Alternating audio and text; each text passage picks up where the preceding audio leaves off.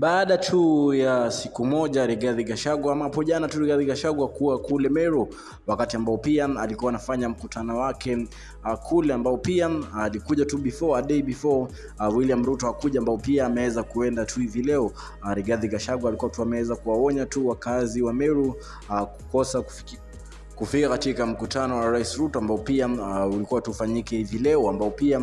umekuwa tukiendelea kwa muda sasa hivi, lakini inasemekana tu kwamba kuna baadhi tu ya goons wameingia na kuweza kuanza kushout one time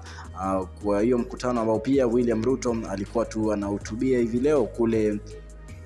Meru, mkutano ambao pia imeweza tu kuhudhuriwa na baadhi ya viongozi wa Meru, kwa sababu Rigathi Gachagua alikuwa ameweza kuonya kiongozi wa Meru yoyote ambao pia ataweza kuhudhuria mkutano wa Meru hataweza kuchaguliwa 2027, akisema tu ya kwamba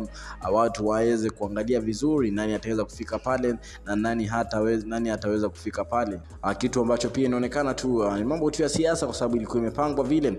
baada tu ya watu kuweza kujaribu kwa mkutano wa Rais William Ruto kushout one time, kwa sababu ni kitu ambacho pia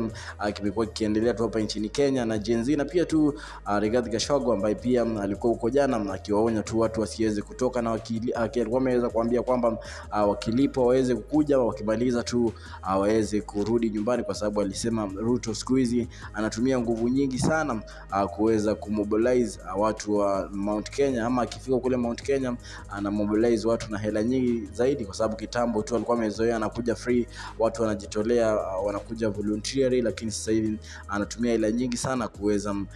kumobilize watu ili tuweze kuja katika mikutano zake kule Mount Kenya, kitu ambacho pia watu wengi tu zaidi wanaendelea kuzua reaction nyingi pale katika social media, kwa sababu baada tu ya mkutano ya Rais Ruto kuweza kuvamia kule Meru, watu wana blame sana Rigathi Gachagua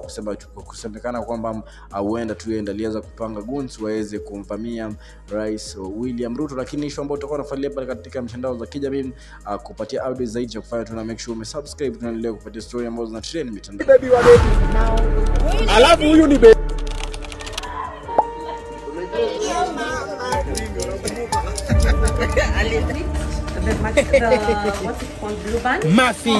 Mafi, Muskla. You know what? Yeah, this is it.